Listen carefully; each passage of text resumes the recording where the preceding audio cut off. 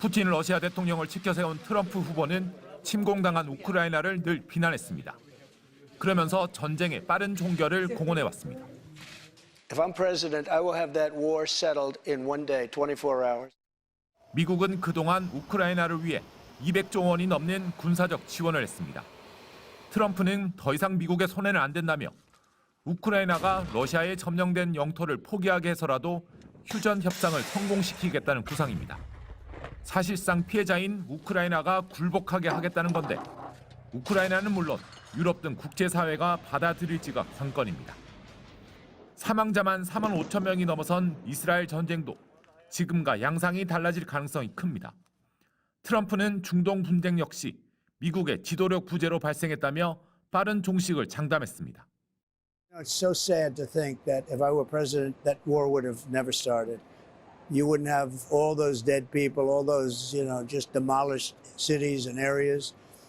You wouldn't have had October 7th.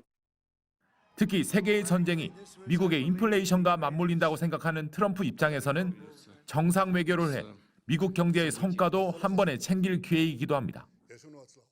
미국 우선주의를 내세우는 트럼프의 당선으로 국제 안보 지형 변화는 불가피해졌습니다.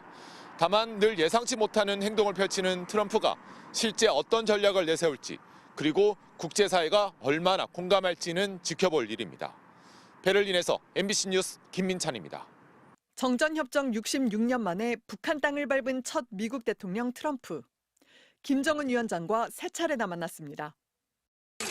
좋지 않은 그 과거를 청산하고 앞으로 좋은 앞날을 개척하려는 트럼프 대통령이 그 남다른 용단의 그 분량이라고 생각합니다. Tremendous positivity.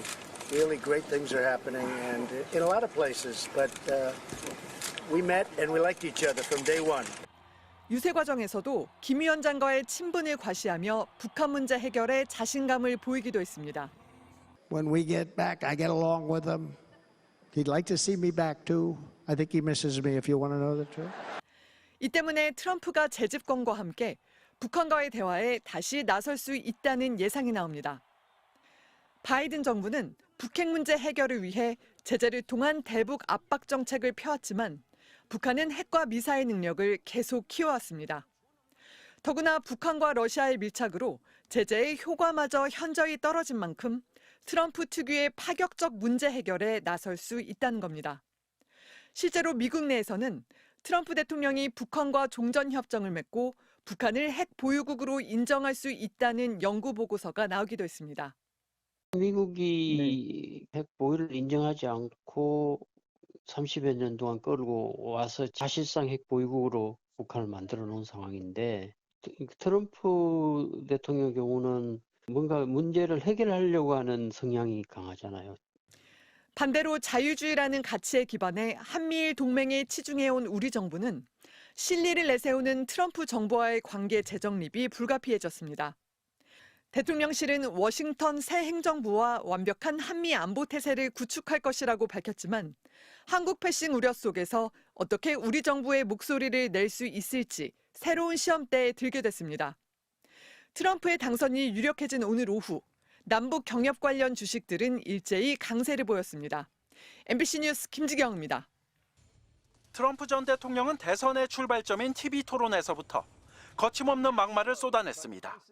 특히 바이든 정부의 이민 정책을 비판하며 던진 발언은 이민자 혐오 정서에 불을 지폈습니다. Open up our border, open up our country to people that are from prisons, people that are from mental institutions, insane asylum, terrorists. TV 토론 이후에는 브레이크가 풀린 듯 막말의 수위가 한층 더 높아졌습니다. 이민자들이 반려동물을 먹는다는 한마디에 오하이오의 작은 마을은 테러 위협에 시달렸습니다. They're eating the dogs, the people that came in. They're eating the cats. They're eating the pets. 성관계를 감추기 위해 뒷돈을 줬다는 의혹이 따라다녔지만 여성 비하도 서슴지 않았습니다. 해리스 부통령의 외모를 비하하는가 하면 여성을 보호받아야 할 존재로 격하하기도 했습니다. I want to protect the women of our country. Well, I'm going to do it whether the women like it or not. I'm going to protect them. 하지만 다른 인종, 성별, 국가를 향한 트럼프의 독설은 독이 아닌 득이 됐습니다. 이민자들이 국경을 넘고 약탈하는 모습을 담은 트럼프의 선거 영상은 공포심을 자극했습니다. Giving welfare to illegals while Americans struggle. 여성과 성소수자를 향한 차별과 증오는 오히려 보수적 남성층의 결집을 불러일으켰습니다.